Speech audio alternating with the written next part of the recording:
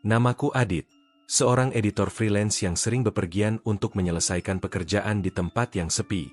Tahun 2021, tepat setelah pandemi mulai mereda, aku memutuskan untuk mencari tempat tenang selama seminggu demi menyelesaikan naskah buku seorang klien. Aku memilih sebuah hotel tua di pinggir pantai Pangandaran.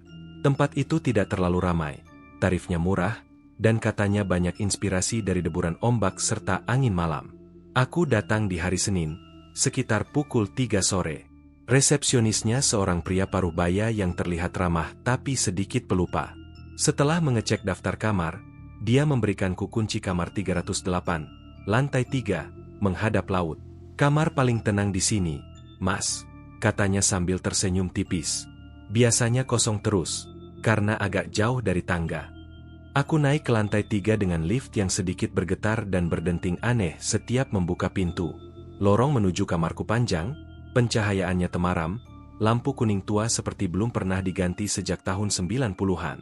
Di sepanjang lorong, hanya ada 2 kamar lain yang tampak berpenghuni. Kamar 308 berada di ujung. Aku membuka pintu. Kamarnya besar, rapi, dan dari jendela balkon, aku bisa melihat laut. Tapi begitu masuk, hawa di dalam kamar itu berbeda. Lembab, sunyi, dan berbau kayu tua. Tapi aku pikir itu wajar, karena bangunan hotel ini memang sudah tua. Malam pertama berjalan biasa saja. Aku bekerja sambil mendengarkan musik, sesekali membuka jendela balkon. Tapi sekitar jam 1 dini hari, ada sesuatu yang membuatku berhenti mengetik. Suara ketukan, pelan, dari dalam dinding kamar mandi. 3 kali. Tok, tok, tok. Lalu hening. Kupikir mungkin suara pipa air.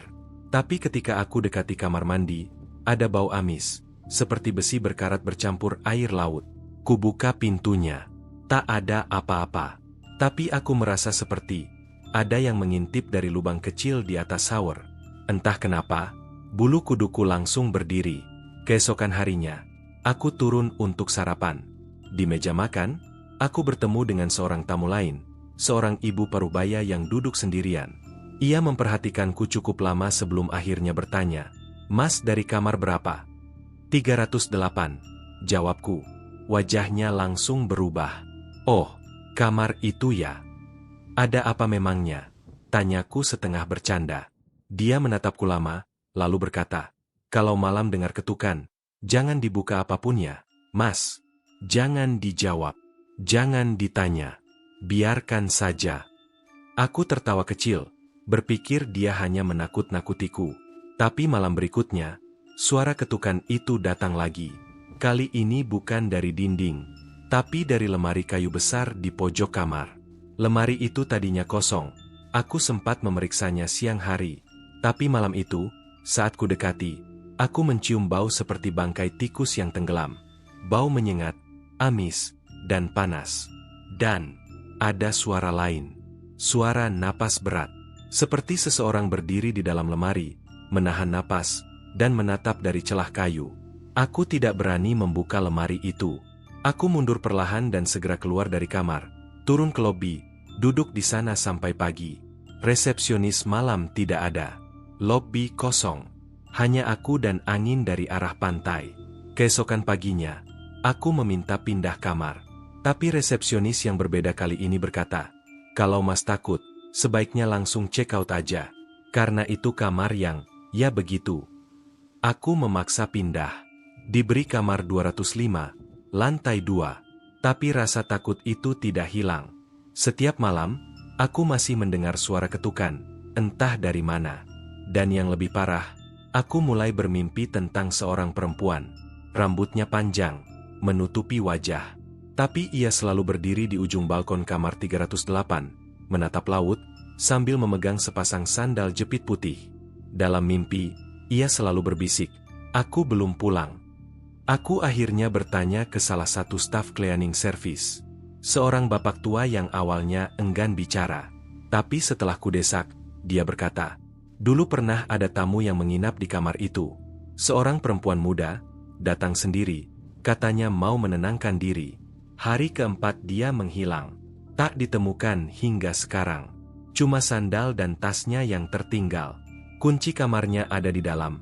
tapi pintunya terkunci dari luar. Katanya polisi sempat datang. Tapi karena tak ada tanda kekerasan dan tak ada tubuh ditemukan, kasusnya mengendap. Tapi setelah itu, beberapa tamu yang menginap di kamar 308 mengeluh soal mimpi, suara ketukan, dan bau aneh. Kalau Mas sempat lihat perempuan pakai daster bunga-bunga warna biru, rambut panjang, diam di balkon, lebih baik Mas jangan tanya apa-apa lagi. Langsung pulang saja. Aku tidak tahan. Hari kelima, aku check out. Tapi setelah pulang ke Bandung, keanehan belum berhenti. Selama seminggu, setiap jam 1:08 malam, aku mendengar ketukan di jendela apartemenku. Aku tinggal di lantai 11. Tidak mungkin ada orang di luar. Dan setiap pagi, aku menemukan pasir di lantai dekat jendela. Pasir basah, seperti dari pantai. Aku membakar baju dan sandal yang kupakai saat menginap di kamar 308. Tapi tetap saja, mimpi itu datang. Perempuan itu berdiri di balkon, dengan wajah yang kini mulai terlihat pucat, membiru, dan membusuk. Dan setiap kali aku mencoba menutup mimpi itu, suaranya makin jelas. Aku belum pulang. 3 bulan kemudian, aku membaca berita lokal Pangandaran. Seorang tamu hotel ditemukan tewas di kamar 308. Seorang laki-laki ditemukan menggantung dengan wajah pucat dan bibir membiru. Di dekat jasadnya, ditemukan sepucuk surat yang hanya berisi satu kalimat. Dia sudah pulang. Sekarang aku yang menunggu. Setelah itu, kamar 308 ditutup permanen. Tapi dalam mimpiku, balkon itu masih terbuka. Ombak masih menghempas. Dan di pojok balkon, perempuan itu masih berdiri, kini tak sendiri. Ada sosok lain di sebelahnya. Wajahnya seperti cermin wajahku.